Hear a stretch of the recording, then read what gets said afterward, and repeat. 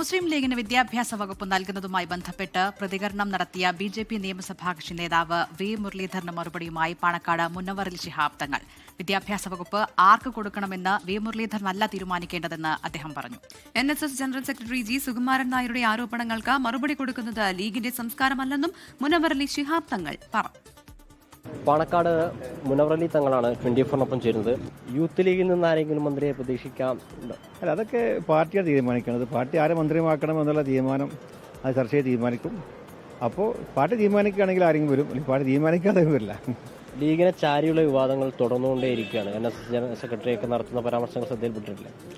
അല്ല, അത്തരം വിവാദങ്ങൾ ഇപ്പോഴും നമ്മൾ അതിനുള്ള ഒരു മറുപടി കൊടുക്കുന്നത് നമ്മുടെ സംസ്കാരമല്ല. BJP-യിൽ നിന്ന് വിജയിച്ചു വന്നിട്ടുള്ള വി മുരളീധരൻ പറഞ്ഞത് മുസ്ലിം ലീഗിന് വിദ്യാഭ്യാസ വകുപ്പ് കൊടുക്കരുത് എന്നാണ്. അദ്ദേഹത്തോട് എന്തെങ്കിലും മറുപടി പറയാനുണ്ടോ?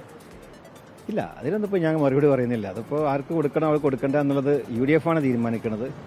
അദ്ദേഹമല്ലല്ലോ തീരുമാനിക്കുന്നത്. UDF-ന്റെ ആണ് ഇപ്പോൾ ഭരിക്കാൻ വേണ്ടി പോകുന്നത്. UDF തീരുമാനിക്കും ആർക്ക് കൊടുക്കണം ആർക്ക് കൊടുക്കേണ്ട എന്നുള്ളത്. അവസാനത്തൊരു ചോദ്യം, ഈ ലീഗ് മുൻപ് തുടർന്ന് വന്നിട്ടുള്ള വകുപ്പുകൾ തന്നെ ആയിരിക്കുമോ ഇത്തവണ ആവശ്യപ്പെടുക? അതിലെന്തെങ്കിലും ചർച്ചകളോ വകുപ്പ് മാറാനോ ഉള്ള സാധ്യതകളുണ്ടോ? അല്ല, വകുപ്പുകളൊക്കെ തീരുമാനിക്കുന്നത് മുഖ്യമന്ത്രിയാണ്.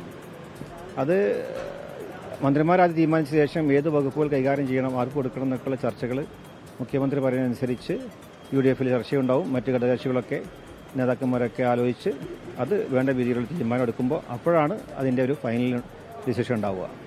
എന്തായാലും കേരളത്തിൽ നിലനിൽക്കുന്ന സാമുദായിക അന്തരീക്ഷം തകർക്കാൻ ആരെക്കൊണ്ടും സാധിക്കില്ല എന്ന് പറയുന്നു. മറ്റു കാര്യങ്ങൾ ലീഗിന്റെ വകുപ്പുകൾ ഏതൊക്കെയായിരിക്കും, അതിന് വിഭജനത്തെ സംബന്ധിച്ച കാര്യങ്ങളൊക്കെ നേതൃയോഗത്തിലായിരിക്കും ഉണ്ടാവുക. മുൻപുണ്ടായിരുന്ന വകുപ്പുകളൊക്കെ കിട്ടാനുള്ള സാധ്യതയുണ്ടെന്ന് പറയുന്നു. അതിന്റെ അന്തിമ തീരുമാനവും മുഖ്യമന്ത്രി ആയിരിക്കും എടുക്കുക എന്നും പാണക്കാട് മുനവ്വറലി ശിഹാബ് തങ്ങൾ പറഞ്ഞു വെക്കുന്നു.